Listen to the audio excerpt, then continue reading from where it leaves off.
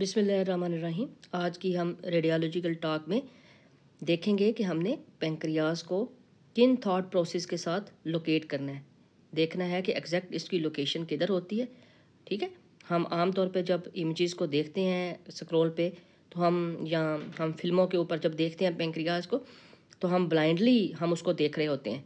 ठीक है, तो कोई जहन में थॉट प्रोसेस नहीं आता कि हमने इसको किस लेवल पे देखना होता है और हमने इसको कैसे लोकेट करना है, हमने इस तक कैसे अप्रोच करना होता है।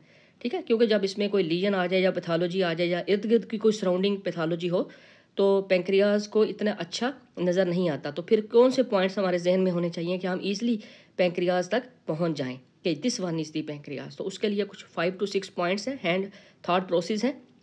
तो फर्स्ट जो थाट प्रोसेस है वो ये है कि आपने जब इमेज को स्क्रॉल डाउन करना है ना, तो आपने एक ऐसे लेवल पे आ जाना है जिसमें लेफ़्ट किडनी और स्प्लीन के दरमियान जो है ना, वो एक वी शेप का एंगल बन जाए। मिसाल के तौर पे ये वाला देखें आप, this is the left kidney, this is the spleen, इनके बीच में एक वी शेप एंगल बन रहा है दोनों में। इस वी के अंदर जो है ना, वो पेंक्रियाज की टेल पड़ी होगी।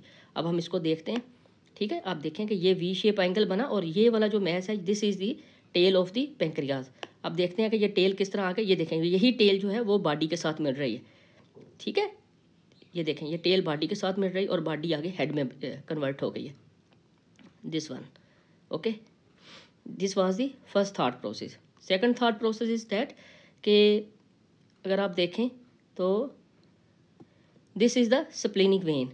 आपको पता है कि स्प्लीनिक वेन हाइलम से निकलता है स्प्लीन के। इस स्प्लीनिक वेन को हमने लोकेट करना है और इसके एंटीरियर आपको पेंक्रियाज मिलेगा, जैसा कि इस केस में था। ठीक है, ये स्प्लीनिक वेन है और इसके साथ साथ जो है वो एंटीरियरली ये सारा पेंक्रियाज पड़ा हुआ है, ये वाला। ठीक है, दो चीज़ें हो गई। तीसरी चीज़ ये है कि आपने जो है वो सिलियक एक्सिस को फॉलो करना होता है। ठीक है, अगर आप इस इमेज के ऊपर देखें तो ये सिलियक ट्रंक है जिससे हेपेटिक आर्टरी और स्प्लीनिक आर्टरी निकल रहे हैं, और दिस इज़ दी एओर्टा। तो इसको आप ऐसे जहन में रखें कि ये एक छोटा सा प्लांट है जिसकी दो ब्रांचेज हैं। ठीक है, और एओर्टा इज़ दी वेस ऑफ दिस प्लांट। ठीक है, और ये जो है ना, और इस प्लांट के जो लीव हैं वो पेंक्रियाज है। ठीक है, लीव्स जो हैं इस प्लांट के डेट आर पेंक्रियाज। आप देखें, इसको देखें गौर से, ये देखें, ये सिलियक ट्रंक निकला और राइट एंड लेफ्ट 2 ब्रांचेस हैं और आगे उसके ये देखें, ये लीव्स हैं। ठीक है, लीव्स आर दी पेंक्रियाज। दो चीज़ें हो गई। तीसरा जो थॉट प्रोसेस है वो ये है कि अब आप लोअर लेवल पे चले गए, जहाँ से SMA सुपीरियर मेजेंट्रिक आर्टरी निकलती है। इसको आप ऐसे याद करें कि SMA जो है, it's just like a penis of a small baby. Okay, and aorta are testis of a small baby, and baby is urinate and his mother, ये उसकी मदर जो है वो ये चाह रही है कि बेबी यूरिन इर्द गिर्द की सराउंडिंग जगहों के ऊपर ना करे। ठीक है, वो उसको बचा ले इर्द गिर्द की सराउंडिंग जगहों को यूरिन से। तो वो क्या करती है, वो अपना हैंड आगे उसके कर देती है। जहाँ जहाँ भी वो यूरिन करने की कोशिश करता है, वो आगे आगे अपना हैंड करती जा रही है। तो ये सारा यूरिन उसके हैंड में आ रहा है। तो ये hand is the hand of the fetus mother is the pancreas. Okay, तो ये देखें। ठीक है, this is the small penis and this is small penis and this is the hand of the mother. Okay, and this is the testis.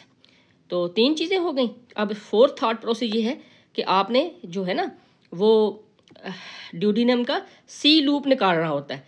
C loop के अंदर जो है ना वो हेड ऑफ पेंक्रियाज होगा। मिसाल के तौर पे ये देखें, ये एक part, third part of the duodenum का ये है। ठीक है, ठीक है, तो अब मैं इसको सी बना लेते हैं हम इसको।